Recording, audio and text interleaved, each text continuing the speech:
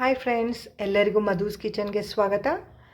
ಇವತ್ತು ನಾನು ಮಾಡ್ತಿರ್ತಕ್ಕಂಥ ಅಡುಗೆ ಬಂದು ಬೂದ್ಗುಂಬಳಕಾಯಿಯ ಮಜ್ಜಿಗೆ ಹುಳಿ.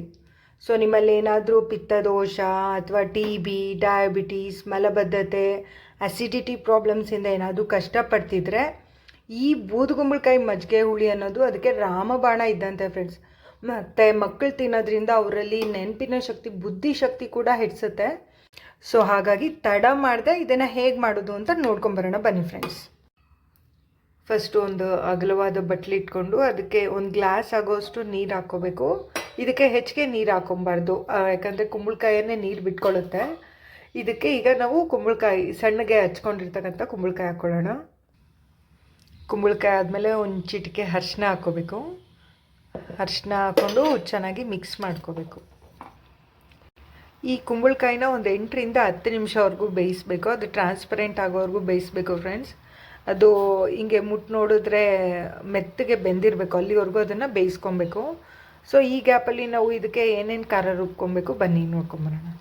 ಈಗ ಮಿಕ್ಸಿ ಜಾರ್ಗೆ 1 ಕಪ್ ಆಗೋಷ್ಟು ಕಾಯಿ ತುರಿ, ಖಾರಕ್ಕೆ ಒಂದು 6ರಿಂದ 7 ಹಸಿಮೆಣಸಿನ್ಕಾಯಿ, 1 ಸ್ಪೂನ್ ಜೀರಿಗೆ, 1 ಸ್ಪೂನ್ ಧನಿಯಾ, ಹಾಗೆ 2 ಸ್ಪೂನ್ ಆಗೋಷ್ಟು ನೆನೆಸಿರ್ತಕ್ಕಂಥ ಕಡಲೆಬೇಳೆ,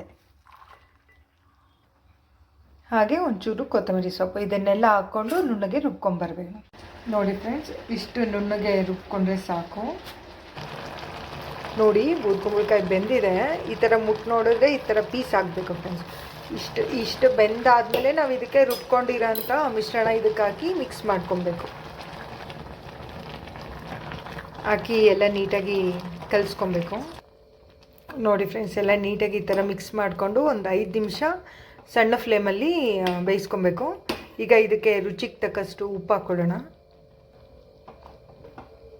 ಆದಷ್ಟು ಇದರ ತಿಕ್ನೆಸ್ಸು ಇಷ್ಟೇ ಇರಬೇಕು ಫ್ರೆಂಡ್ಸ್, ಯಾಕಂದರೆ ಅದು ಮೊಸರು ಹಾಕಿದ್ಮೇಲೆ ಅಥವಾ ಮಜ್ಜಿಗೆ ಹಾಕಿದ್ಮೇಲೆ ಇನ್ನೂ ತೆಳುವಾಗುತ್ತೆ. ಸೊ ಇಷ್ಟು ಗಟ್ಟಿಯಾಗಿದ್ದರೆ ಸಾಕು.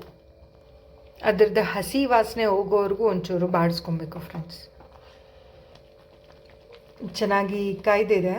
ಸೊ ಈಗ ಇದಕ್ಕೆ 1/4 ಲೀಟ್ರ್ ಆಗೋಷ್ಟು ಮೊಸರು ತೊಗೊಂಡಿದ್ದೀನಿ. ಇದಕ್ಕೆ ಒಂಚೂರು ನೀರು ಹಾಕ್ಕೊಂಡು ತೆಳ್ಳಗೆ ಮಾಡ್ಕೊಂಡಿದ್ದೀನಿ.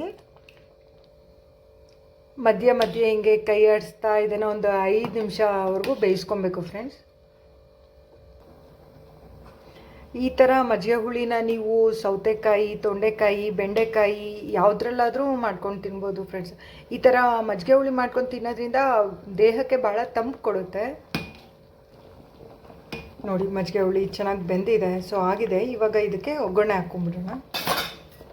ಈಗ ಒಗ್ಗರಣೆಗೆ 1 ಟೇಬಲ್ ಸ್ಪೂನಷ್ಟು ಎಣ್ಣೆ ಹಾಕ್ಕೊಳ್ಳೋಣ. ಎಣ್ಣೆ ಕಾದ್ಮೇಲೆ ಒಂಚೂರು ಸಾಸಿವೆ, ಹಾಗೆ ಒಂಚೂರು ಒಣಮೆಣಸಿನ್ಕಾಯಿ, ಹಾಗೆ ಒಂದು 2 ಎಸಳು ಕರಿಬೇವು ಸೊಪ್ಪು, ಹಾಗೆ ಒಂದು ಚಿಟಿಕೆಯಷ್ಟು ಇಂಗು. ಈ ಮಜ್ಜಿಗೆ ಹುಳಿಗೆ ಹಿಂಗಿಂದನೇ ಫ್ರೆಂಡ್ಸ್ ತುಂಬ ಟೇಸ್ಟ್ ಬರೋದು. ಆದ್ದರಿಂದ ಹಿಂಗನ್ನ ಯಾವುದೇ ಕಾರಣಕ್ಕೂ ಮಿಸ್ ಮಾಡೋಕ್ಕೆ ಹೋಗಬೇಡಿ. ಈ ಥರ ಎಲ್ಲ ಒಗ್ಗರಣೆ ಎಲ್ಲ ಬಾಡಿಸಿದ್ಮೇಲೆ ಇದನ್ನು ಡೈರೆಕ್ಟ್ ಮಜ್ಜಿಗೆ ಹುಳಿಗೆ ಹಾಕೋದೆ.